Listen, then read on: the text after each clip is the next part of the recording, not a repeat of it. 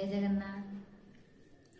ଭକ୍ତ ଭଜନ ମାଧ୍ୟମରେ ଭଗବାନଙ୍କୁ ଭକ୍ତି କରିଥାଏ, କିନ୍ତୁ ବେଳେ ବେଳେ ତା ମନ ମଧ୍ୟ ଭଗବାନଙ୍କ ପ୍ରତି ଦୁଃଖ ହୋଇଯାଇଥାଏ।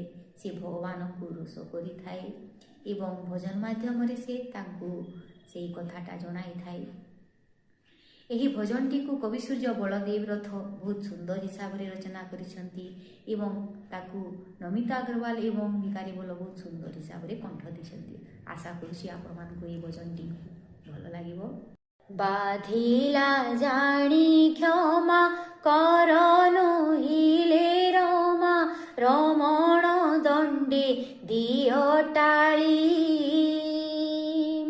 ତୁମ୍ଭଙ୍କୁ ଜଗନ୍ନାଥ ଆଜ ମୋ ମନୋରଥ, ଭର